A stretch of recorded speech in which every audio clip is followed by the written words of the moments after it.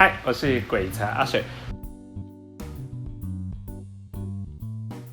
中国河南省郑州市遭逢大雨，官方指称短短3天内降下1年的雨量，不止大雨成灾，还造成严重的伤亡，那财损更是不计其数。那其中包含地铁、水库等都受到了严重冲击，超过10万人紧急疏散。那网络上也公布了许多现场的照片，触目惊心啊。不过中共官方说法，死亡人数仅33人，真相永远不得而知。在全世界都在面临严重气候变迁，许多气候环境都与过去明显不同的时候呢，郑州光是17日到20日这3天降雨量就来到617.1毫米。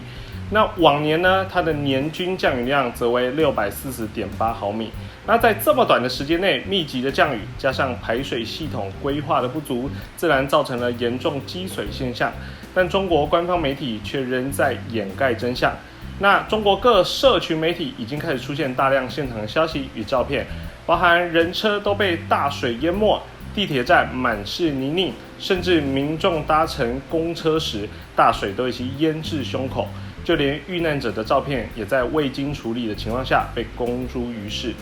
但发文短短几分钟，账号却被全面的封禁。那中国政府为了舒缓水库压力，紧急泄洪，并未通知人民，就有当地的民众表示，短短半个小时内，整条马路突然就被洪水给淹没，认为暴雨并不是造成洪水的主因，水库泄洪才是。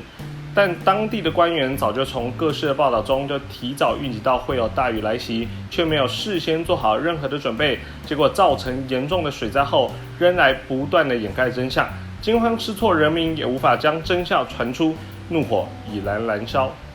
那老实说，中国这次郑州水灾必然是天灾加上人祸，才会造成如此严重的后果。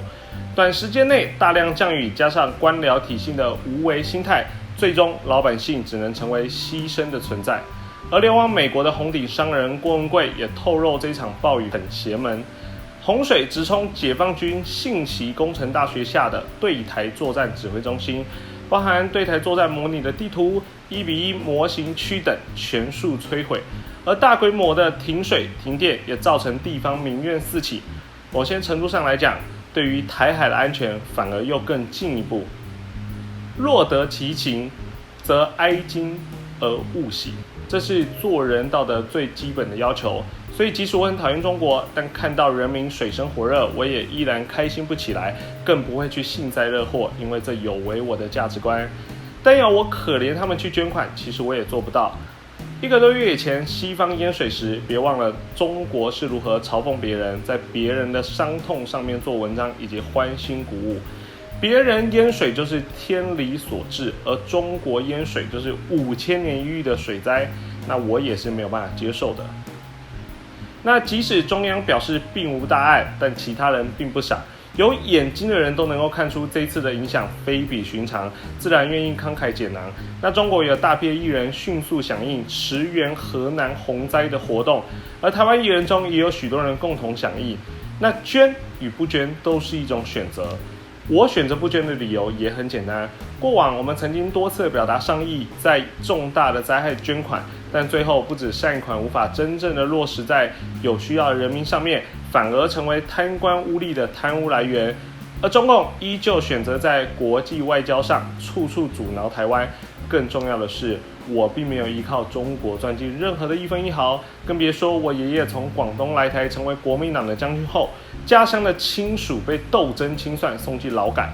于公于私于情于理，我都没有任何捐款的理由。但我会因为别人捐款而苛责吗？其实我觉得倒也不会啦，说穿了，那是他们自己的钱，本来就有绝对的支配权。更何况台湾籍的捐款这些艺人，本来演艺工作，中国对他们而言就是广大且重要的市场，在那边赚这么多钱，在中国有需要的时候来捐款无可厚非，就像台湾有需要时，我也会义不容辞一样。更何况中国特别有一种攀比心态，就像罗志祥在微博转发河南祈福的贴文时，下面就有一堆留言来指责他为何不捐款。而他隔天公布捐款的证明之后呢，下方留言则迅速翻正，又或是中国艺人陈潇捐出10万人民币后，反而还被酸民出征质疑他背的包包都不止这个钱。正如过去文章所写，捐款都是一种善心的展现，绝对是好事。但要捐给谁，为何而捐，背后都有其特殊意义。只要当事人自己想清楚就好，我们旁人根本不用多管闲事。那最后，喜欢我影片的朋友也别忘了帮我按赞、留言、分享。我是鬼茶水，我们下次见，拜拜。